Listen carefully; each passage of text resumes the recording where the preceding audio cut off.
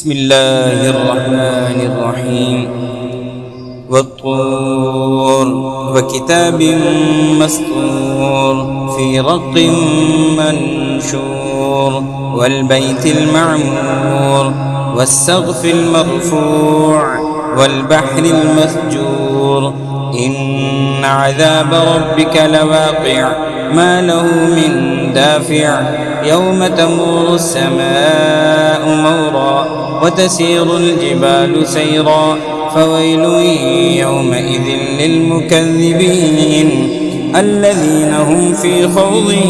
يلعبون يوم يدعون إلى نار جهنم دعا هذه النار التي كنتم بها تكذبون أفسحر هذا أم أنتم لا تبصرون اصلوها فاصبروا أو لا تصبروا سواء عليكم إنما تجزون ما كنتم تعملون إن المتقين في جنات ونعيم فاكهين بما آتاهم ربهم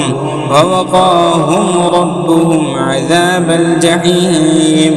كلوا واشربوا هنيئا بما كنتم تعملون متكئين على سرر مصفوفة وزوجناهم بحور عين والذين آمنوا واتبعتهم ذريتهم بإيمان ألحقنا بهم ذريتهم وما ألتناهم من عملهم من شيء كل امرئ بما كسب رهين وأمددناهم بفاكهة ولحم مما يشتهون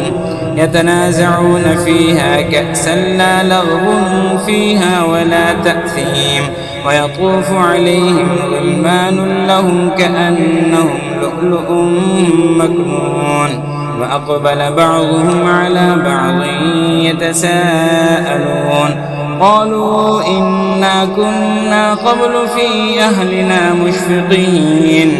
فمن الله علينا ووقانا عذاب السموم إنا كنا من قبل ندعوه إنه هو البر الرحيم فذكر فما أنت بنعمة ربك بكاهن ولا مجنون أم يقولون شاعر نتربص به ريب المنون قل تربصوا فإني معكم من المتربصين أم تأمرهم أحلام بهذا أم هم قوم طاغون أم يقولون تخوله بل لا يؤمنون فليأتوا بحديث مثله إن كانوا صادقين أم خلقوا من غير شيء أم هم الخالقون أم خلقوا السماوات والأرض بل لا يوقنون أم عندهم خزائن ربك أم هم المسيطرون أم لهم سلم يستمعون فيه فليأت مستمعهم بسلطان مبين أم له البنات ولكم البنون أم تسألهم أجرا فهم من مغرم مثقلون أم عندهم الغيب فهم يكتبون أم يريدون كيدا فالذين كفروا هم المكيدون أم لهم إله غير الله سبحان الله عما يشركون وإن يروا كسفا من السماء ساقطا يقولوا سحاب مركوم فذرهم حتى يلاقوا يومهم الذي فيه يصعقون يوم لا يغني عنهم كيدهم شيئا ولا هم ينصرون